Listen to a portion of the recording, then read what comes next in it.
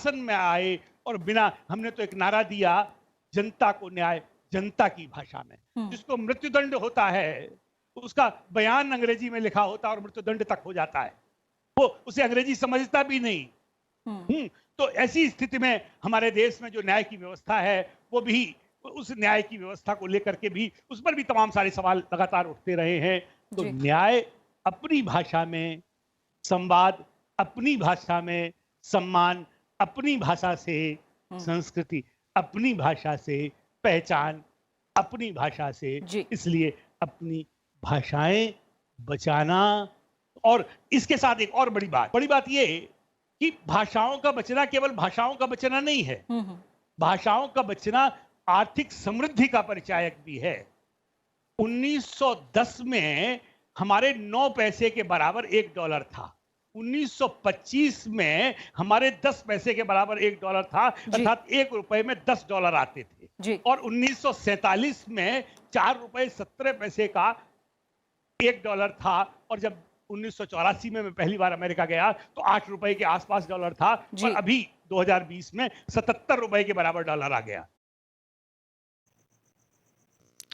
तो जैसा कि आपने ये बहुत ही अच्छी एक बातें सुनी जो कि हमारे बड़े लोगों ने कही हैं, तो इसी तर्ज पर आज की हमारा टॉपिक रहेगा मातृभाषा और संस्कृति के बारे में। ये इसलिए इस पे चर्चा किया जा रहा है क्योंकि हर साल 21 फरवरी को जो है, 21 फरवरी को अंतर्राष्ट्रीय मातृभाषा दिवस मनाया जाता है। इसके पीछे के इतिहास को थोड़ा जान लें कि कई भाषाओं की चिंताजनक स्थिति और भविष्य में उन्हें लुप्त होने से बचाने तथा अपने सदस्य देशों की भाषाई और सांस्कृतिक विविधता को संरक्षित रखने के लिए 11 यानी कि नवंबर 1999 में यूनेस्को ने हर साल 21 फरवरी को अंतर्राष्ट्रीय मातृभाषा दिवस के रूप में मनाना स्वीकार किया था। तो ये थोड़ा सा कुछ परीक्षाओं में पूछा जा सकता है कि अंतर्राष्ट्रीय मातृभाषा दिवस कब मनाया जाता है, तो 21 फरवरी को मनाया जाता है। इसकी शुरुआत कब से हुई थी, तो ये नवंबर 1999 में निर्णय किया गया था। इसका किसने किया था, तो यूनेस्को ने किया था। संयुक्त राष्ट्र की संस्था ने विश्व की आधी से अधिक भाषाओं के भविष्य को लेकर चिंता जाहिर करते हुए आशंका व्यक्त की है कि इस शताब्दी के अंत तक ये भाषाएं प्रायः लुप्त हो जाएंगी। और यूनेस्को की ही एक और बात है, यूनेस्को कह लें या यूएन की जो एक संस्था है, यूनेस्को ही है, उसने कहा है कि हर 2 सप्ताह में विश्व की कोई ना कोई एक भाषा जो है वो लुप्त हो जाती है, समाप्त हो जाती है, मर जाती है। और हमें ये चीज़ ध्यान रखना चाहिए कि हम किसी भी चीज़ को जब अभिव्यक्त करते हैं, जब कोई भी व्यक्ति घर पर आता है, अपनी माँ से कुछ पुकारता है, बुलाता है, तो तुरंत उसकी बात समझ जाते हैं कि कोई उसको बुला रहा है, कोई अपना, कोई उसका पुत्र या पुत्री उसको पुकार रहा है। जब हम अपनी भाषा को छोड़ देते हैं तो ये जो अपनत्व वाली भाव होती है, अपनत्व वाला भाव, ये कहीं ना कहीं मरने लगता है।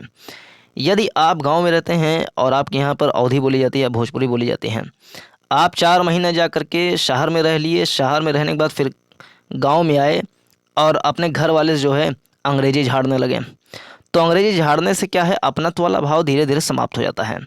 अपनत्व, अपनी संस्कृति को पहचानने के लिए ज़रूरी है कि अपनी भाषा को, अपनी बोली को, अपनी संस्कृति को छोड़े नहीं।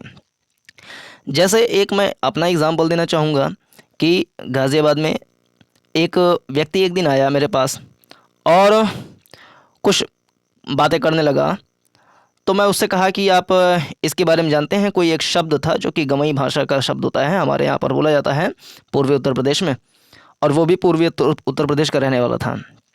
तो कहा कि यार बहुत ज़्यादा मार्केटिंग में, ये सब काम में बहुत ज़्यादा व्यस्त रहते हैं, तो मुझको पता नहीं इसके बारे में। और गाड़ी बैठ करके चश्मा लगा करके एक और कोई देवी जी उनके साथ थी, उनके साथ जो है अपना पोज बना रहे थे। वो अपनी गांव की उस भाषा के प्रति एक उदासीनता वाला उनके मन में भाव था और उसको बहुत नीची नज़र से वो देख रहे थे। ऐसे ही कुछ लोग होते हैं जो गांव से शहर में चले जाते हैं, तो वो जो है पोज बनाने लगते हैं, झूठे पोज बनाने लगते हैं। तो ये चीज़ गलत है। ये दरअसल अपनी पहचान को, अपने जो अस्तित्व है उसको चोट पहुंचाना होता है, अपने आप को खोना होता है। जब हम अपनी भाषा को छोड़ करके किसी दूसरी भाषा को इस तरीके से स्वीकार करने लगे कि वही भैया सबसे बढ़िया है, तब जा कर के हम कहीं ना कहीं अपने आप को खोने लगते हैं। तो इस चीज़ से थोड़ा सा बचना चाहिए, ज़्यादा पोज नहीं बनाना चाहिए, ज़्यादा उड़ना नहीं चाहिए। जो हमारी भाषा है उसके प्रति बहुत ही गौरवान्वित होना चाहिए, और जो नहीं होते हैं वो कहीं ना कहीं गुलाम बनते हैं। जब हम अपने आप को नीचे दिखाना शुरू करते हैं तो हम किसी दूसरी संस्कृति के गुलाम बनते चले जाते हैं, और वो हमें आर्थिक रूप से भी पिछड़ाती चली जाती हैं। आर्थिक रूप से इसलिए कि जब हम अपनी साहित्य को, अपनी भाषा को जब हम सम्मान नहीं देंगे तो जाहिर सी बात है हम उसमें लिखेंगे नहीं, हम उसमें पढ़ेंगे नहीं, हम उस भाषा में परीक्षा नहीं देंगे, हम उस भाषा में साहित्य सृजन नहीं करेंगे, उस भाषा में बोलेंगे नहीं, उस भाषा में फिल्में नहीं बनाएंगे, तो धीरे धीरे हमारी इकोनॉमी पे जो डिस्टर्बेंस बढ़ता जाएगा। क्योंकि हम अपनी भाषा में कोई काम ही नहीं कर रहे हैं, दूसरी भाषा में काम कर रहे हैं जिसमें हम पारंगत नहीं हैं, तो उसको दूसरी भाषा को कहीं ना कहीं समृद्ध कर रहे हैं। और जो लोग दूसरी भाषा का प्रयोग करते हैं उनकी समृद्धता हमारी वजह से बढ़ती जा रही है। तो हमारी वजह से किसी की समृद्धता बढ़े, अच्छी बात है, लेकिन किसी दूसरे की वजह से हमारी समृद्धि पर असर पड़े तो ये बुरी बात है। 2021 के लिए अंतर्राष्ट्रीय मातृभाषा दिवस का जो विषय है, जो थीम है, वो क्या है? समावेशी शिक्षा और समाज के लिए बहुभाषिता को प्रोत्साहन। अगर प्रधानमंत्री जी का सबका साथ सबका विकास सबका विश्वास का नारा देखें तो वो भी कहीं ना कहीं सबको साथ लेने के सिद्धांत पर चलता है। समावेशी शिक्षा यानी इंक्लूसिव एजुकेशन, ये सभी के लिए ज़रूरी है। सभी के लिए इस ज़रूरत को कैसे पूरा किया जा सकता है? जब उसकी अपनी भाषा में, अपनी मातृभाषा में उसकी प्राथमिक शिक्षा दी जाए। हमारे उपराष्ट्रपति श्री एम वेंकैया नायडू जी ने भी ये चीज़ कहा है कि हमारी मातृभाषा में ही बच्चों की प्राथमिक शिक्षा, जो प्राथमिक एजुकेशन होता है, प्राइमरी एजुकेशन, वो मातृभाषा में ही होना चाहिए। क्योंकि अगर हम अंग्रेजी भाषा में अपने बच्चे को कीड़ा बनाएंगे, उसको सिखाएंगे कैट बोलो, डॉग बोलो, ये बोलो, स्पून बोलो, हाउस बोलो, तो मतलब उसके दिमाग पे कहीं ना कहीं हम अतिक्रमण कर रहे हैं। मतलब उसको झुठैन के उसके ऊपर कुछ थोप रहे हैं, मतलब उसको परेशान कर रहे हैं, या ये समझ रहे हैं कि हमारा बेटवा जो है वो थोड़ा सा हैंड नोज ये सब बोलना शुरू कर देगा तो ये बड़ा नाम कमा लेगा। तो ऐसी कोई बात नहीं होती है। छोटे से बच्चे में उसकी मानसिक संरचना का विकास करने के लिए ज़रूरी है कि उसको छोटी छोटी एक्टिविटी में सिखाई जाए, उसको कहानियाँ सुनाई जाएँ, किंवदंतियाँ, मुहावरे, फिल्में दिखाएं, उनको अच्छी अच्छी चीज़ें सुनाएं, उनके साथ मनोरंजन करें, खेले कूदें, उनका शारीरिक विकास करें। लेकिन हम क्या करते हैं, उसको बचपन होते ही उसको सिखाने लगते, बेटा नोज बोलो, बेटा आई बोलो, बेटा ये, बेटा स्टोमक कहाँ है। तो कहीं ना कहीं वही 10-20 शब्द होते हैं, उन्हीं 10-20 शब्दों में उसकी दुनिया को समेट करके रख देते हैं, जो कि बहुत ही बुरी बात है, बहुत ही बुरी बात है। ये ऐसा नहीं करना चाहिए, उसका थोड़ा सा विस्तार करना चाहिए। महात्मा गांधी जी का एक कोट है जो कि आईएएस के जो एसए पेपर होता है उसमें हम कोट कर सकते हैं। महात्मा गांधी जी ने चेताया था, यदि अंग्रेजी पढ़े लिखे लोग अपनी मातृभाषा को नज़रअंदाज करते हैं तो हमें भाषाई विपन्नता जकड़ लेगी। यानी अगर जो लोग अंग्रेजी पढ़ लिख गए हैं भैया, वो अपनी मातृभाषा को नज़रअंदाज करने लगे, अरे बहुत बुरी है, अरे भोजपुरी बहुत बुरी है, अवधी बहुत बुरी है, ये तो बिल्कुल अनपढ़ है, तो गंवार है, तो ये दरअसल ये मतलब उसको जो विपन्नता है, भाषाई विपन्नता है, वो जकड़ लेगी। वो अपना विस्तार नहीं कर पाएगा, अपना विकास नहीं कर पाएगा, अपने लोगों का विकास नहीं कर पाएगा। और जो व्यक्ति अपने लोगों का विकास नहीं कर पाए बल्कि उसका ह्रास करे, तो उसके जीवन का मतलब एक अपने सामाजिक क्षेत्र में जो उसका मूल्य होना चाहिए वो कहीं ना कहीं कम होने लगता है, यानी कि उसका अपना मूल्य कम होने लगता है। नेल्सन मंडेला ने भी इससे संबंधित कुछ बात कही थी, यदि आप किसी व्यक्ति से ऐसी भाषा में बात करते हैं जो वह समझ सकता है तो वह उसके मस्तिष्क में घर करती है, लेकिन अगर उसकी अपनी भाषा में बात करते हैं तो वह सीधे उसके हृदय को छूता है। मान लीजिए कि आप अंग्रेजी पढ़ कर के आ गए, घर पे मम्मी पापा से अंग्रेजी छाड़ रहे हैं, तो शायद उनको थोड़ा बहुत समझ में आ जाए, तो उनके दिमाग में वो चीज़ चोट करेगी कि हाँ मतलब बच्चा कुछ कहना चाह रहा है।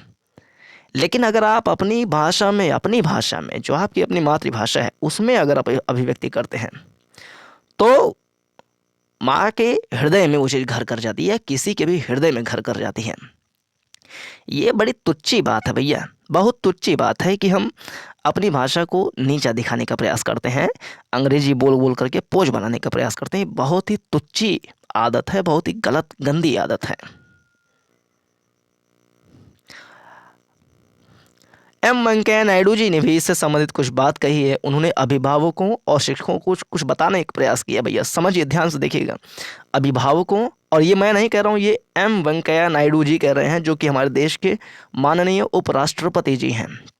उन्होंने कहा है, अभिभावकों और शिक्षकों को ही गहरे बैठे इस पूर्वाग्रह से खुद को मुक्त करना होगा कि अच्छी शिक्षा तभी मिल सकती है जब सिखाने का माध्यम अंग्रेजी हो।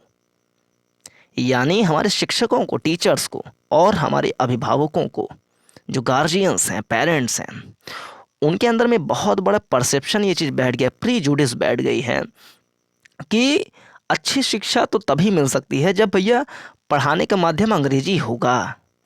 यानी हम मान लीजिए बच्चे को सिखाना चाह रहे हैं कि उसका शरीर का स्ट्रक्चर कैसा है, उसका इंटरनल पोर्शन कैसे काम करता है, या मान लीजिए पाचन तंत्र के बारे में पढ़ना है, उसको हम खूब पढ़ा रहे हैं कि ये नोज है, फिर ये थ्रोट है, फिर थ्रोट के बाद से ये कहाँ जाएगा, ये लंग्स है, ये लीवर है, ये मान लीजिए पैनक्रियाज है, ये छोटी स्टोमक है, बड़ी स्टोमक है। तो ऐसे हम खूब उसको पढ़ा रहे हैं, इंटेस्टाइन वगैरह। तो ये इसी शब्दों के जाल में वो उलझा रहेगा, इन्हीं शब्दों के जाल में उलझा रहेगा। वो दरअसल विज्ञान नहीं समझ पाएगा, वो भाषा ही समझने में जुटा रहेगा, और यही 10 शब्द सीख करके वो पोज मारेगा। अगर हम उसको अपनी भाषा में सिखाएंगे तो वो शरीर का स्ट्रक्चर अच्छे सीखेगा, और शायद वो उसमें कुछ नए इनोवेशन करने के बारे में विचार भी कर पाए। तो हम उसकी जो क्षमता है सोचने की, उसको कहीं ना कहीं नेगलेक्ट कर देते हैं, और सिर्फ वही 10 अक्षरों, 10 शब्दों में उसको उलझा देते हैं। तो एम वेंकैया नायडू जी ने चेताया है कि इस पूर्वाग्रह से अभिभावकों को और शिक्षकों को मुक्त होने की बहुत ही ज़्यादा ज़रूरत है, बहुत ही ज़्यादा ज़रूरत है। और वेंकैया नायडू जी ने भी ये भी कहा है कि स्कूल के प्राथमिक स्तर पर, प्राइमरी स्तर पर अध्ययन और अध्यापन मातृभाषा में ही होना चाहिए। ही शब्द का प्रयोग किया गया, देख लिए, मातृभाषा में ही होना चाहिए। अंग्रेजी भाड़ में जाए, अभी प्राथमिक स्तर पर कम से कम उसकी ज़रूरत नहीं है।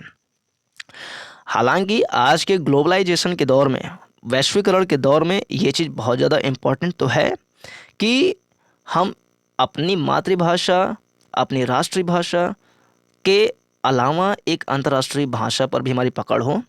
और उत्तर भारत में मुख्य रूप से यदि किसी की अंग्रेजी पे पकड़ है तो अच्छी बात है, वो भारत में भी और बहुत सारे देशों में काम कर सकता है। फ्रेंच लैंग्वेज पे पकड़ है तो वो भी अच्छी बात है, या स्पेनिश पे हो गया, पोर्टुगीज़ पे हो गया, इंग्लिश पे भी कहने मान लो हो गया, या जो चाइना में बोले जाते हैं मंदारिन लैंग्वेज होती है, शायद मैं गलत अगर बोल रहा हूँ तो, मंदारिन जो लैंग्वेज होती है। तो ये जो बहुत ही ज़्यादा बोले जाने वाली भाषाएं हैं, इनका हम एक अंतर्राष्ट्रीय भाषा के रूप में सीख सकते हैं, ज़रूरी भी है।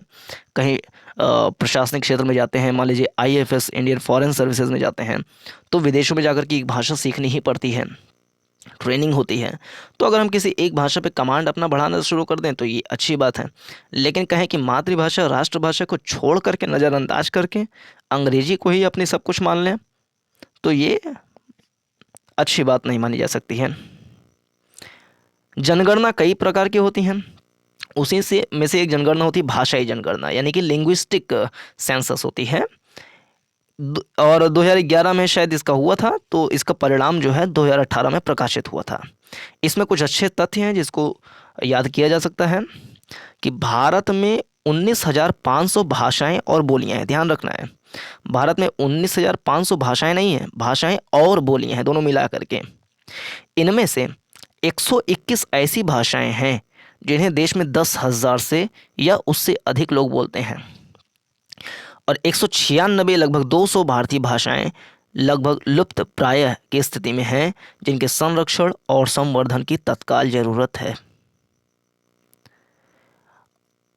प्रशासन, चाहे IAS अफसर हो या कोई भी पुलिस अधिकारी हो, उसके लिए ज़रूरी है कि आम जनमानस से बातचीत करने के लिए, प्रेशर करने के लिए, संवाद करने के लिए वो अपनी मातृभाषा या वहाँ की लोक प्रचलित भाषा का अगर प्रयोग करेगा तो जा कर के वो सही तरीके से जनता को हैंडल कर पाएगा। संसद में भी इस क्षेत्र में काम किया जा रहा है कि जो कानून बन रहे हैं तो वो भी अच्छा हो कि हिंदी माध्यम में भी मिल सके, अन्य माध्यमों में भी मिल सके। न्यायालय में ये काम किया जा सकता है कि जो जुडिशरी की जाती है, जो जस्टिस किया जाता है, वो उसकी अपनी भाषा में अगर मिल पाए। मान लीजिए किसी को, जैसे सर ने भी सुझाया कि अगर किसी को कुछ दंडिक कार्यवाही की जा रही है और उसको पता ही नहीं है कि उसके पेपर में लिखा क्या हुआ और उसको दंड दिया जा रहा है, तो ये दरअसल उसके साथ एक तरीके से देखा जाए तो अन्याय है। तो उसको जिस चीज़ के लिए दंड दिया जा रहा है तो उसको लिखित रूप में उसको समझ में भी आना चाहिए, उसकी लैंग्वेज में होना चाहिए। तो बहुभाषावाद जो है, मल्टीलिंगुअलिज्म जो है, उसको संरक्षण देने की ज़रूरत है। एक चीज़ यहाँ पर, हर भाषा सांस्कृतिक निधि की वाहक होती है। सांस्कृतिक निधि क्या होता है कि जो बहुत सारे साहित्य सृजन होते हैं, बहुत सारी स्टोरी राइटिंग होती हैं, किंवदंतियाँ होती हैं, जो मुहावरे होते हैं, वो सभी जो हैं उस चीज़ की वाहक होती हैं, उस चीज़ को फैलाती हैं ताकि हम अपने विचारों को सही तरीके से हम व्यक्त कर पाएँ। तो ये सांस्कृतिक निधि होती हैं और भाषा के द्वारा इसका वाहन किया जाता है, पहुंचाया जाता है। एक अनाधिकृत संस्था है जो कि राज्यसभा टीवी के डिबेट में ये बात सामने आई। एक लोगों ने, एक सामान्य जन ने ये बताई कि एक अनाधिकृत संस्था है, उसने बताया है कि सबसे समृद्ध देश भाषा के क्षेत्र में देखा जाए तो दक्षिण अफ्रीका जो महाद्वीप है उसका एक देश New Guinea, Papua New Guinea, उसमें करीब 800 भाषाएं हैं। इंडोनेशिया में 750 भाषाएं हैं। ये भाषाएं हैं, भाषाएं मतलब कि मातृभाषा नहीं है, मतलब मातृभाषा तो हो सकती है लेकिन एक बड़े रूप में देखा जाए तो ये भाषाएं हैं। नाइजीरिया में 700 भाषाएं हैं। भारत में फिर आता है चौथे स्थान पर, भारत में 400 भाषाएं हैं। लेकिन ये अनाधिकृत संस्था द्वारा सर्वेक्षण किया गया है, लेकिन फिर भी एक हम संदर्भ के रूप में बता सकते हैं या जान सकते हैं। यूएन ने भी चिंता ये चीज़ जाहिर की है कि हर 2 हफ्ते में एक भाषा जो है वो लुप्त प्राय होती जा रही है। तो ये था इस वीडियो को अगर हम देखें तो आईएएस का जो जीएस पेपर 1 है उसमें आर्ट एंड कल्चर वाला पोर्शन है, उसके लिए ये क्वेश्चन या ये कहें कि ये वाला जो आज का टॉपिक है ये इम्पोर्टेंट हो सकता है। इसके अलावा जो एस्से होता है, एस्से में भी इसमें हम बहुत अच्छे इनपुट्स ले सकते हैं। तो इस वीडियो में इतना ही। पूरा वीडियो देखने के लिए बहुत बहुत धन्यवाद। नमस्कार, जय हिंद।